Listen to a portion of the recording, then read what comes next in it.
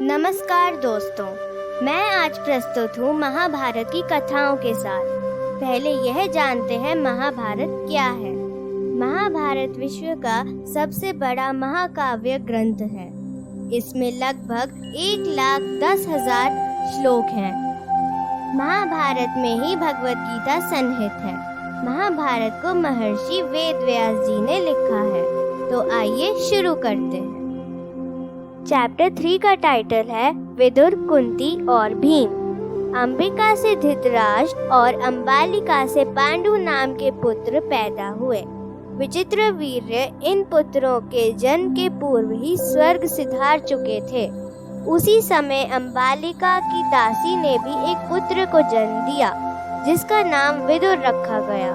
विदुर का पालन पोषण भी राजकुमारों की भांति ही हुआ। आगे चलकर विदुर राजनीति और धर्म नीति के प्रसिद्ध व्याख्याता हुए। धृतराष्ट्र नेत्रहीन थे, इसलिए सिंहासन पर पांडु को ही बिठाया गया।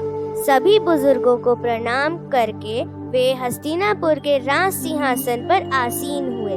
उसके पश्चात राज्य की परंपरा के अनुसार राजपुरोहित ने विधि पूर्वक उनका राज्याभिषेक कर मुकुट पहनाने की परंपरा संपन्न की। विदुर के ज्ञान और विवेक से प्रभावित होकर भीष्म पितामह ने उन्हें हस्तिनापुर का मुख्यमंत्री बना दिया।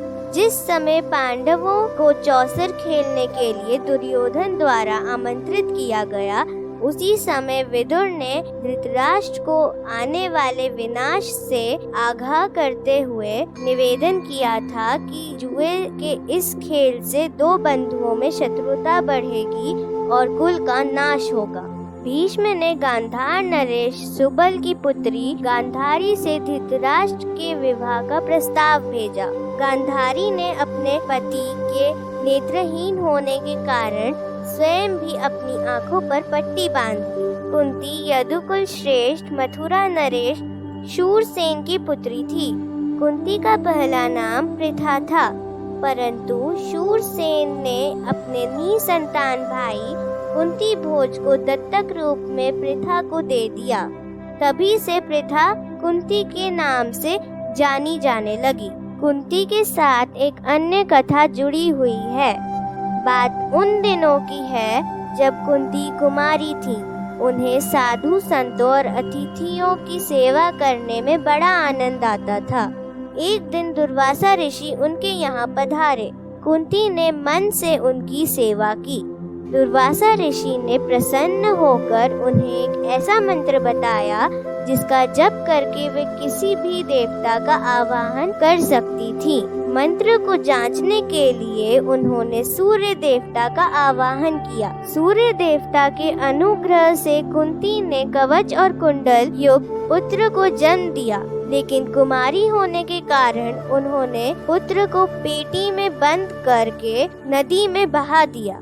कुरु का सारथी अधिरथ नदी में नहा रहा था। उसने बच्चे को उठाया और घर लाकर उसका पालन पोषण करने लगा। इस प्रकार सारथी द्वारा पालन पोषण करने पर उसको सूत पुत्र भी कहा जाने लगा। कुछ समय पश्चात राजा कुंती भोज ने अपनी पुत्री कुंती का स्वयंवर रचा, जिसमें देश के सभी राजाओं को निमंत्रण भेजा गया। हस्तिनापुर की ओर से राजा पांडु उस उत्सव में भाग लेने आए। स्वयंवर का उचित समय आया। कुंती ने भरी सभा में पांडु को अपना वर चुनकर उनके गले में वरमाला डाली। पांडु और कुंती का विवाह खूब धूमधाम से संपन्न हो गया। सत्यवती और गांधारी ने कुंती और पांडु का स्वागत किया। पांडु के 5 पुत्र हुए, जिन्हें पांडव कहा गया। कुंती से युधिष्ठिर, भीम और अर्जुन तथा माद्री से नकुल और सहदेव पैदा हुए। धृतराष्ट्र के 100 पुत्र तथा एक पुत्री दुशाला हुई। धृतराष्ट्र के पुत्र कौरव कहलाए, जिनमें दुर्योधन सबसे बड़ा था। पांडवों का जन्म उस समय हुआ जब पांडु कुंती और माद्री के साथ वन में थे। पांडवों की देखरेख ऋषि मुनियों और साधु संतों के बीच होने लगी। वहाँ का सारा वातावरण सदाचार और शिष्टाचार के गुणों से ओतप्रोत था, इसलिए पांडवों में ये गुण स्पष्टतः दिखाई देते थे। वन में ही पांडु की मृत्यु हो गई, जिनके साथ माद्री ने भी अपने प्राण त्याग दिए। कुछ समय बीत जाने के बाद कुंती अपने 5 पुत्रों के साथ वन से वापस हस्तिनापुर आ गई। हस्तिनापुर के निवासियों ने सबका प्रसन्नता से स्वागत किया। पांडवों के शील और गुण पर सभी मुग्ध थे। इधर धृतराष्ट्र का बड़ा पुत्र होने के नाते दुर्योधन में अहंकार था। धृतराष्ट्र के पुत्रों ने शिक्षा दीक्षा कृपाचार्य से ग्रहण की। धृतराष्ट्र ने पांडवों को भी कृपाचार्य से शिक्षा ग्रहण करने के लिए कहा, लेकिन दुर्योधन को पांडवों का आना अच्छा न लगा। दुर्योधन स्वभाव से उद्दंड था। धृतराष्ट्र का सबसे बड़ा पुत्र होने के कारण वह खुद को ही राज्य का उत्तराधिकारी समझता था। पांडवों के बल और पराक्रम को देखकर उनसे मन ही मन ईर्ष्या करता था। भीम के शक्तिशाली होने पर उनसे जलता था। भीम से तंग आकर दुर्योधन ने उनको जान से मार डालने की योजना बनाई।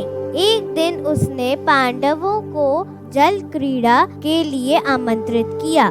दुर्योधन ने भीम के भोजन में चुपके से विष मिला दिया। भोजन करते ही विष का असर होने लगा। भीम अचेत हो गए। दुर्योधन ने उन्हें लताओं में बांधकर गंगा में बहा दिया।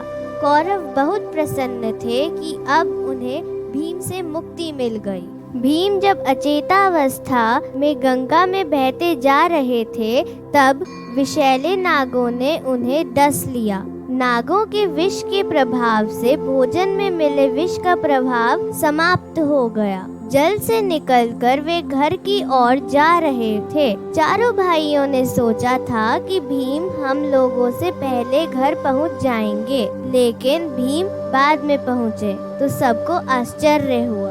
तब भीम ने माता और भाइयों को दुर्योधन के षड्यंत्र के बारे में बताया। कुंती चिंतित हो गईं। उन्होंने विदुर को बुलाकर सारी बात बताई।